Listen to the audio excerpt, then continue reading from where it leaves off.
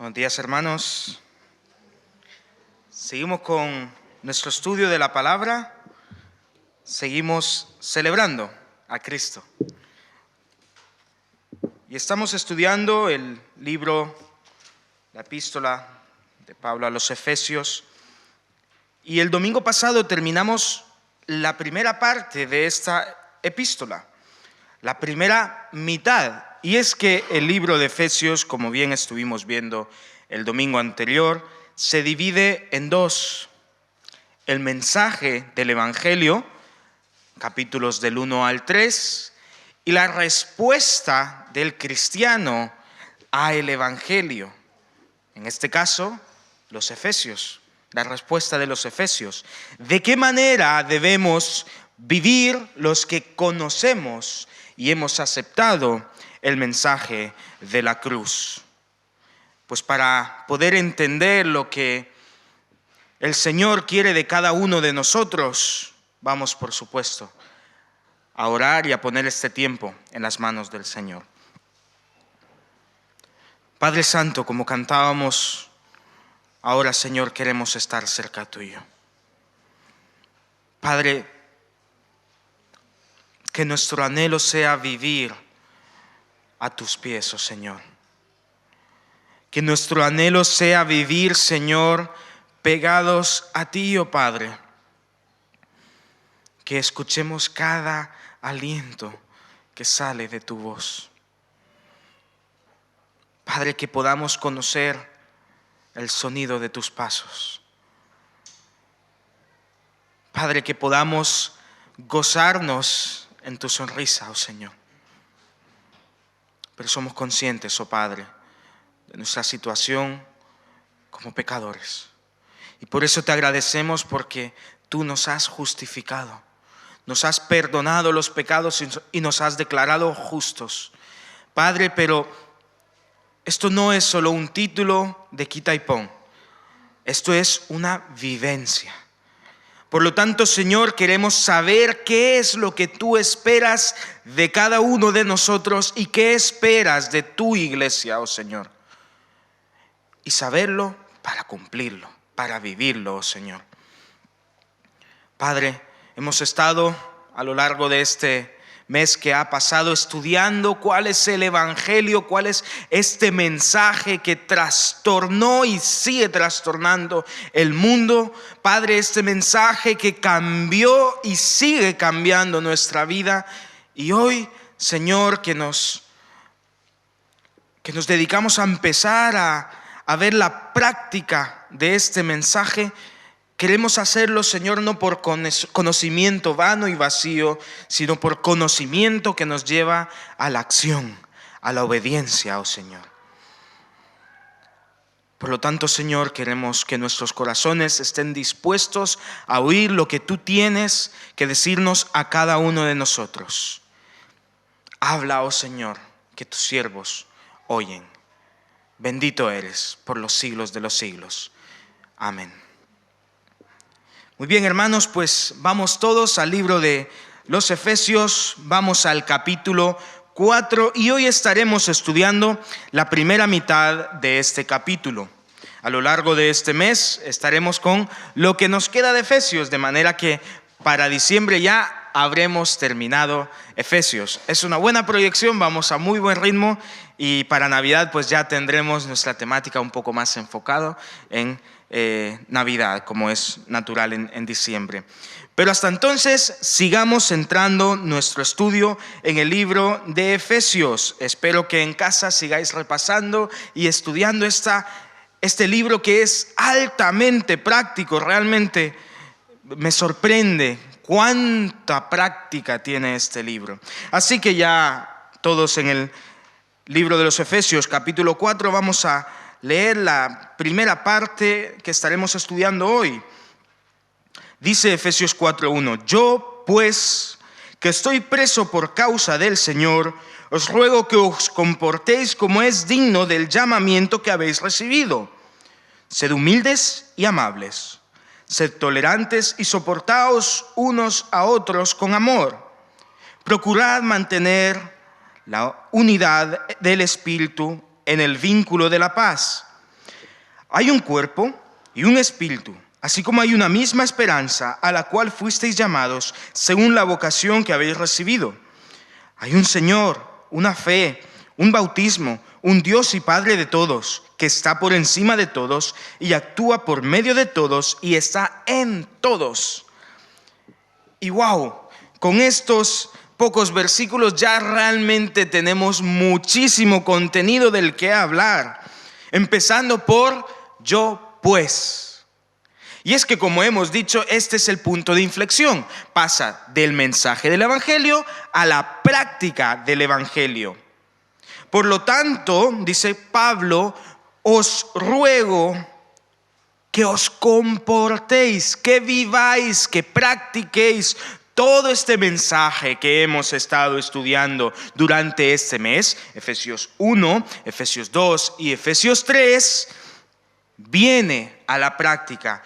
Comportaos como es digno del llamamiento que habéis recibido.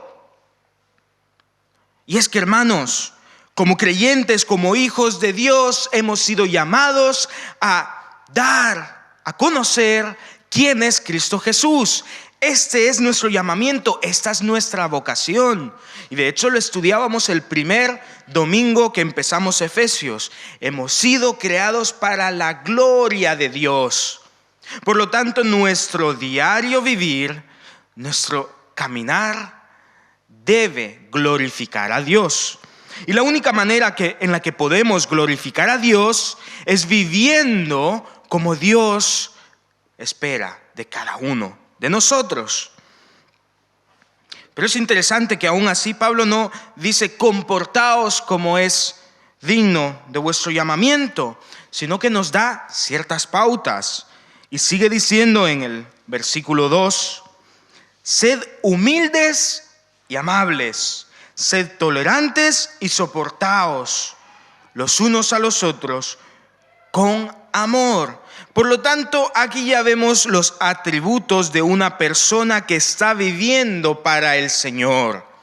Una persona que conoce el Evangelio debe vivir en coherencia con el Evangelio. Coherencia, palabra muy importante.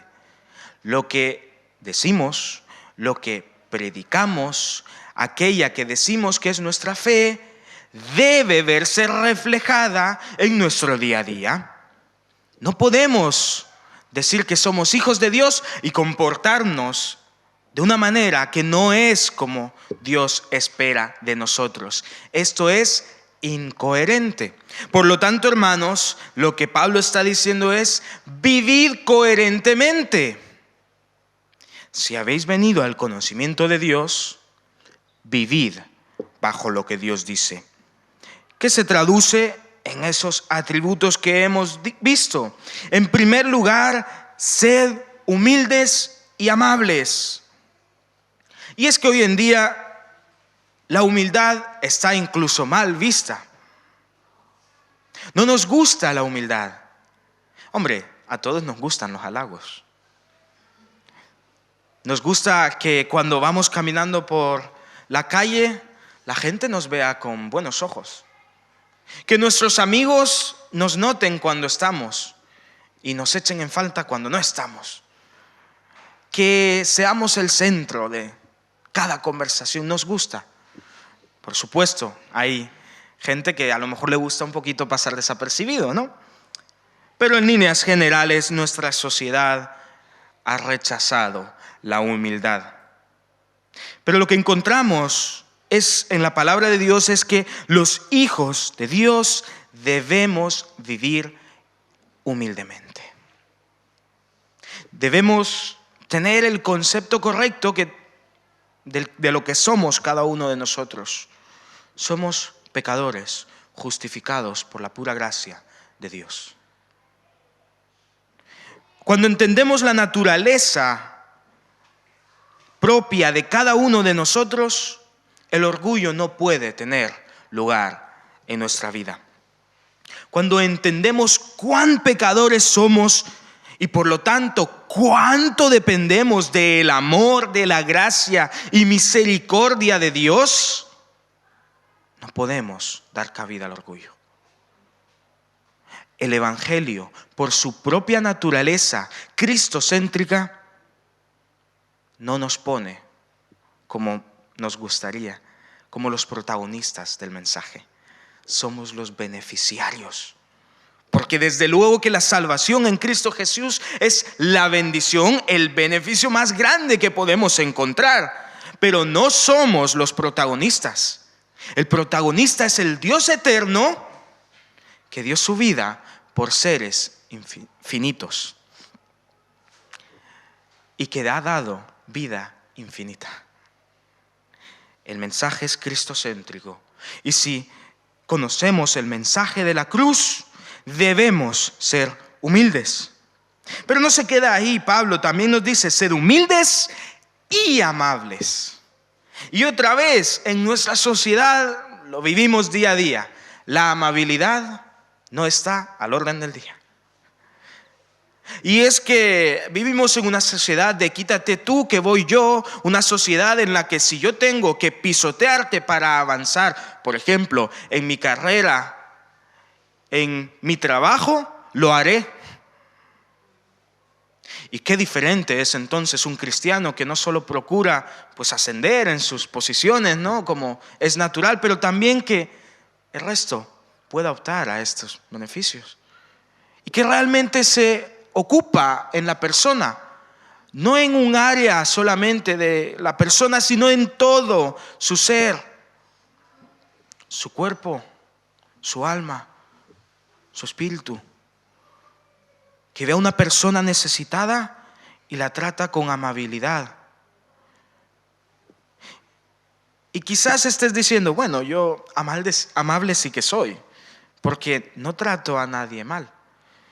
Pero cuando vamos a la palabra de Dios, vemos que la amabilidad no es solamente a aquellos que la merecen, es también a aquellos que bajo nuestros ojos no la merecen. Y es que otra vez, si vamos al Evangelio, lo que entendemos es que yo soy tan pecador como mi vecino, como el que está al lado. ¿Cómo voy a juzgarle yo en ese sentido? ¿Cómo voy a negarle la amabilidad a alguien cuando Dios ha sido tan amable conmigo? El Evangelio no tiene lugar para el odio, para el rechazo. Lo hemos estudiado. El Evangelio de por sí, el misterio del que hablaba Pablo, es que la salvación está al alcance de todas las naciones. Por lo tanto, en el Evangelio no hay lugar para el rechazo. Porque en Dios, en Cristo, todos podemos llegar a ser uno. ¿Cómo pues, entonces, vamos a vivir de una manera diferente a la que hemos visto en Cristo Jesús? Vivir en coherencia es que así como me beneficio del amor, de la amabilidad de Dios, también yo la doy al mundo. Soy un canal mediante el cual el amor de Dios alcanza a otros. Por lo tanto, hermanos, ya solo con dos atributos, características que debemos tener, hay mucho que reflexionar. Pero es que Pablo sigue con su lista y dice: sed humildes y amables, sed tolerantes. Y es que vivimos otra vez en una sociedad, estamos intentando radiografiar, ¿no?, el mundo en el que vivimos. Vivimos en una sociedad de la tolerancia intolerante, al menos yo así lo llamo, en el que hay unas normas, hay unas ideologías, unas ideas que son aceptadas, que dicen ser tolerantes, pero que rechazan a todo aquel que no está de acuerdo. Y en este mundo es en el que Dios nos ha puesto, pero no para juzgar y para ver y para apuntar, para mostrar lo que es el amor genuino, lo que es el respeto genuino. Aun cuando no estamos de acuerdo con las personas, debemos procurar estar en paz con las personas. Aun cuando rechazamos ideas, y hermanos, en aquellas ideas que son antibíblicas, seamos firmes. No rechacemos a esas personas, sí las ideas, no a las personas. O como normalmente lo expresamos, si debemos estar en contra del pecado, pero no en contra del pecador, porque yo soy pecador. Y porque, hermanos, la gracia de Dios puede alcanzar a todos. O como Pablo lo expresaría, que la gracia de Dios alcanza a todo pecador, del cual yo soy el primero.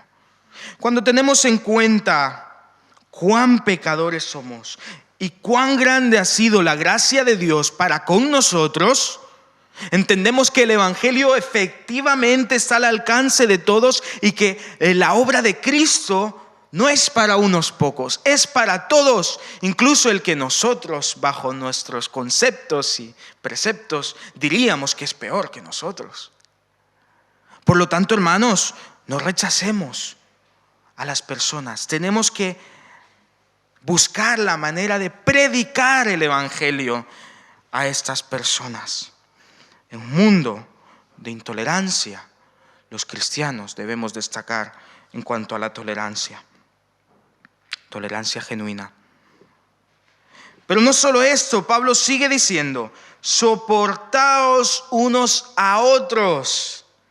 Y esto es quizás un tema más de iglesia. Y es que hemos sido llamados a la unidad y vamos a estar viendo cómo todo este tema gira en torno a la unidad. Somos un solo cuerpo, el cuerpo que se llama iglesia, del cual Cristo es cabeza, como estudiaremos en breve. Pero también somos individuos, ¿no? Y a veces la convivencia en cuanto a los roces, se complica un poco. Pero aún en esto debemos ser ejemplares. Debemos soportarnos los unos a los otros. No podemos soportarnos los unos a los otros si el amor de Cristo no está en nosotros. Por lo tanto, dice Pablo, soportaos unos a otros con amor. Y con amor es muy importante. Debemos saber convivir. Somos un solo cuerpo, vivamos en coherencia. Vivamos como un solo cuerpo. Por lo tanto, estos son los puntos que brevemente Pablo ha dicho. El cristiano ha sido llamado a vivir en humildad, en amabilidad, en tolerancia, en soporte, en soportarnos los unos a los otros y en amor. En otras palabras, vivir como es digno del Evangelio. Y aquí es cuando nos preguntaríamos, cuando tus compañeros de trabajo o de estudio, o tus amigos o tus familiares te ven, ¿qué ven en ti? Hermanos, esta pregunta es importante. Porque hemos sido llamados a vivir en coherencia con el Evangelio, de manera digna al Evangelio. Y cuando ven, en mi caso, ¿no? Cuando ven a David Aguilar, me pregunto, ¿ven un correcto mensajero de Dios? Portador del Evangelio, porque ese es el servicio, el propósito por el cual todos hemos sido llamados a ser iglesia. Llevar el Evangelio a otros lugares. Hay mucho en lo que debemos reflexionar. Y es que, hermanos, Pablo sigue diciendo, en cuanto a la tolerancia y el soportarnos los unos a los otros, en amor, seguiríamos en el 3, procurad mantener la unidad del Espíritu, en el vínculo de la paz. Debemos vivir en unidad. Lastimosamente, muchas veces, la idea que se tiene de las iglesias evangélicas desde fuera es aquellos que están separados. Y eso no es a lo que hemos sido llamados. Por lo tanto, hermanos, debemos velar por la unidad que existe en nuestra iglesia, porque siga siendo sólida. Velar porque no haya francos abiertos. Velar que realmente mi unidad, mi hermandad con el otro sea genuina. Por eso es que debemos ser humildes, amables, tolerantes. Pero es que el Señor no nos ha dado esa unidad en cuanto al cuerpo, en cuanto a la iglesia, porque sí. No, es que lo refleja de varias maneras. Dice en el 4, hay un cuerpo y un espíritu, así como hay una misma esperanza a la cual fuiste llamados según la vocación que habéis recibido. Somos uno porque hay un solo cuerpo. Somos uno porque hay un solo espíritu. Somos uno porque hay una única esperanza. No estamos esperando diferentes cosas cada uno. Esperamos la venida gloriosa de Cristo Jesús. No tenemos un espíritu diferente cada uno de nosotros. No, tenemos al Espíritu Santo de Dios. A Dios en nosotros. Somos uno. Y sigue diciendo, no es que simplemente seamos uno, es que, versículo 5, hay un Señor, hay una fe, hay un bautismo, hay un Dios y Padre. Es que no solo es que esperamos lo mismo, cada uno de nosotros, una única esperanza, es que tenemos un solo Dios, uno solo. Si Dios es nuestro Señor y Salvador, no puede haber diferencias entre nosotros. Hay una fe, hay una sola creencia cimentada en la palabra de Dios. No puede haber entonces pleitos entre nosotros. Debe haber unidad. Hay un bautismo. Sobre todo, hay un solo Dios. Hay un solo Padre. Si somos todos hijos de Dios, debemos vivir como uno, como un solo cuerpo.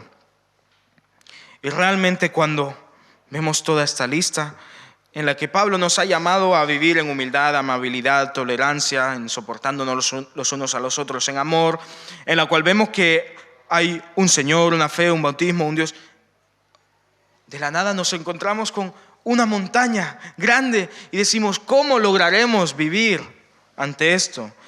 Tranquilo. Mira lo que sigue diciendo. Hay un Señor, hay una fe, hay un bautismo, hay un Dios y Padre de todos, que está por encima de todos, que actúa por medio de todos y que está en todos. Buenas noticias. Puedo ser humilde porque mi Dios es humilde y porque Él me ha dado su naturaleza. Puedo ser amable porque Dios es amable. Cristo es amable y me ha dado su naturaleza. Puedo ser tolerante porque Él fue tolerante y me ha dado su naturaleza. Puedo soportar a otros porque, y aquí lo voy a cambiar un poco, porque Dios me soporta a mí. Puedo amar a otros porque ¿cómo me ha amado Dios a mí? Si estamos en Cristo, debemos ser uno. Cuidado, hermanos. Cuidado con aquellos roces que tenemos entre nosotros. Cuidado, permites que Satanás plante una semilla de odio en tu corazón. Cuidado, hermano, cuando dejas de ver al otro como tu hermano en Cristo. Cuidado cuando incluso fuera de la iglesia ves a los otros como inferiores, no como personas que como nosotros necesitan de Cristo.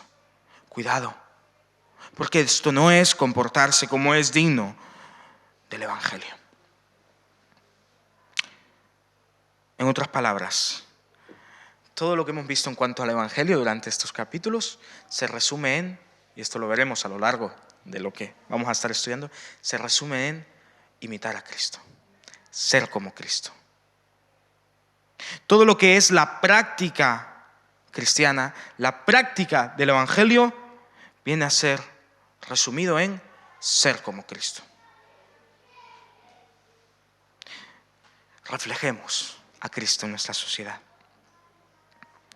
Seamos como Dios es. Sigue diciendo, para esta tarea de ser uno, de tener unidad en el Espíritu, dice en el versículo 7 en adelante, Pero a cada uno de nosotros se nos ha dado la gracia conforme a la medida del don de Cristo. Por lo cual dice, subiendo a lo alto, llevó cautiva la cautividad y dio dones a los hombres. Y eso de que subió, ¿qué es? Sino que también había descendido primero a las partes más bajas de la tierra. El que descendió es el mismo que también subió por encima de todos los cielos para llenarlo todo. Y él mismo constituyó a unos apóstoles, a otros profetas, a otros evangelistas, a otros pastores y maestros, a fin de perfeccionar a los creyentes para la obra del ministerio y para la edificación del cuerpo de Cristo, hasta que todos lleguemos a la unidad de la fe y del conocimiento del Hijo de Dios, al hombre perfecto, a la medida de la estatura de la plenitud de Cristo. Así, ya no seremos niños fluctuantes, arrastrados por todos lados por todo viento de doctrinas y por aquellos que para engañar emplean con astucia las artimañas del error. Más bien, al seguir la verdad en Cristo, crezcamos en todo, en aquel que es cabeza, esto es, Cristo, de quien todo el cuerpo, bien articulado y unido entre sí por todas las coyunturas, que se ayudan mutuamente según la función propia de cada miembro, recibe su crecimiento para ir edificándose en amor. Estos versículos son importantes. Y es que, hemos dicho, hemos sido llamados a vivir como un solo cuerpo, en unidad. Y hemos dicho que esto es posible porque lo que se exige de nosotros, Cristo ya lo ha cumplido y nos da la capacidad de hacerlo. Y ahora vemos que no solo nos ha capacitado para vivir en humildad, en amabilidad, en tolerancia y soportándonos los unos a los otros en amor, sino que vemos que también Él ha provisto a su iglesia de personas capacitadas para la obra a la que hemos sido llamados. En otras palabras, Pablo empieza diciendo, comportaos como es digno del evangelio. Pero en medio nos recuerda que la iglesia ha recibido recursos para comportarse como es digno del evangelio. Y dice que Dios dio dones a los hombres. Les dio regalos. Podríamos cambiar esa palabra, don por regalo. De manera que tenemos varias personas entre nosotros. Y ahí es cuando trae la lista, ¿no? Apóstol, profetas, evangelistas, pastores y maestros. Personas que sirven en la iglesia. Personas que velan por el crecimiento de la iglesia. Personas que velan por la unidad en la iglesia. En otros textos, en otras partes de la Biblia encontramos otras listas de los dones que también nos dan a entender cómo cada uno de los creyentes hemos sido llamados al servicio en la iglesia, a servirnos los unos a los otros. Este tema lo hemos estado estudiando los martes en los estudios bíblicos, ha sido de mucha bendición. Tuvimos incluso un tiempo en el cual compartimos cada uno de nosotros muy brevemente nuestro testimonio y cómo esperamos como iglesia seguir creciendo en servicio, en unidad, con una sola misión y con una sola visión que nos ha dado Cristo Jesús. Pero entendamos esto, que Dios te ha dado un lugar en su iglesia, que Dios te está llamando a participar activamente en la vida de la iglesia. Y Él te ha llamado a un área específica para que te puedas desarrollar y crecer. Y volviendo a la temática, para que puedas procurar la unidad de la iglesia. Y es que, aunque hay diferentes áreas, cada una de esas trabaja en conjunto con un mismo fin: llevar el evangelio a todos los rincones del mundo y seguir formando a los santos de Dios. De manera que yo que trabajo en un área, no compito con el que trabaja en otra. Me apoyo en él, me ayudo con él, le ayudo a él y le apoyo a él.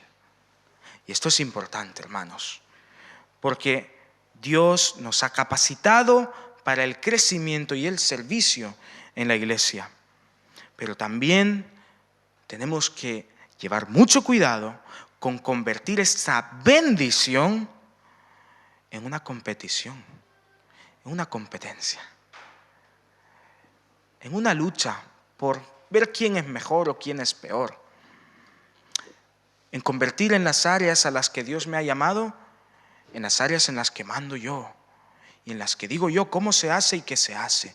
Cuidado, hermanos, todos hemos sido llamados al servicio de la iglesia. Eso significa servirnos los unos a los otros. Por eso es que nos daba esa lista: humildad, amabilidad, tolerancia y soportarnos los unos a los otros en amor. Pero ¿por qué el Señor nos ha provisto de todo esto? La respuesta la encontramos en el 12 y en el 13. Y es que dice que todo esto Dios lo ha hecho a fin de perfeccionar a los creyentes para la obra del ministerio, para la edificación del cuerpo de Cristo. Perfeccionarnos, volvernos perfectos. Y entonces aquí es cuando nos preguntamos, ¿y cuál es la perfección de la que Dios está hablando? Bueno, según el capítulo 13 podemos sacar una definición de lo que es el hombre perfecto.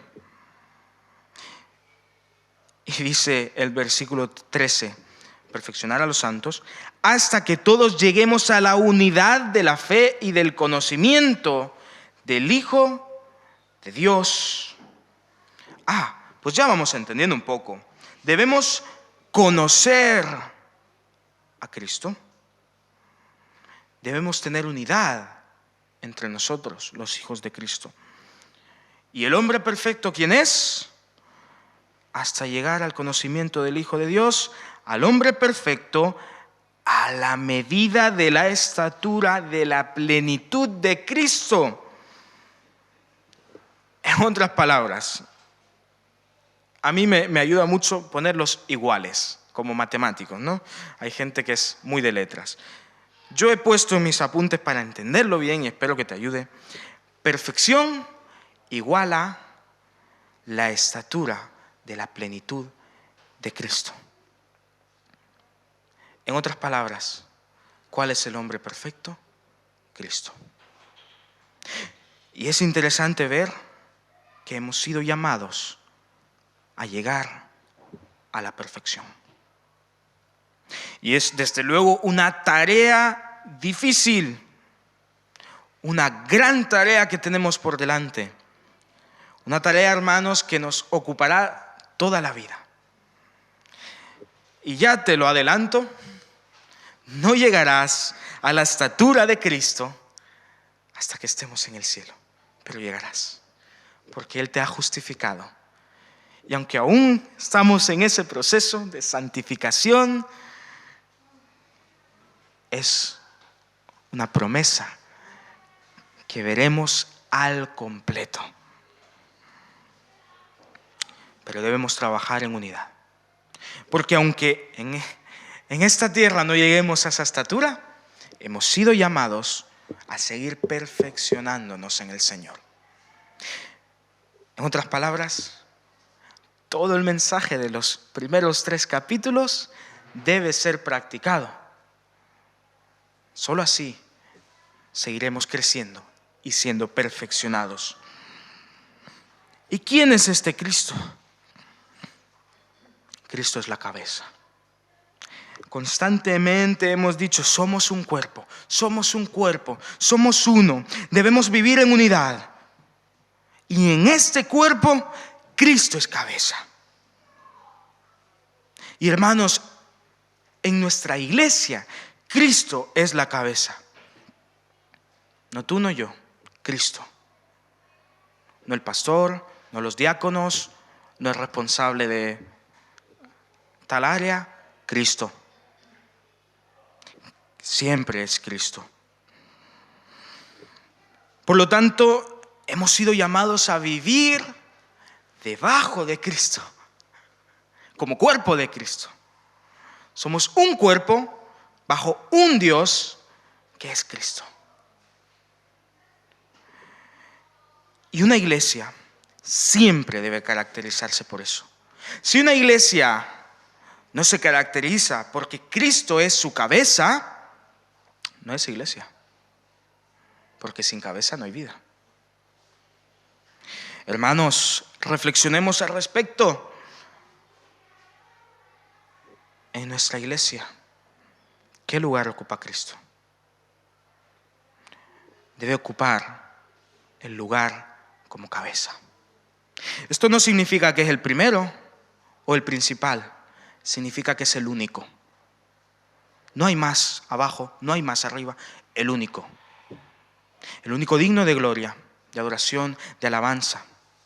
El único que puede salvarnos. El único que puede perfeccionarnos, justificarnos.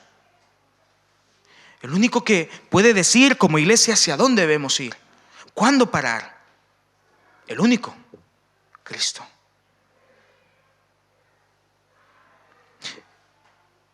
Y repito, una iglesia debe caracterizarse porque su cabeza es Cristo.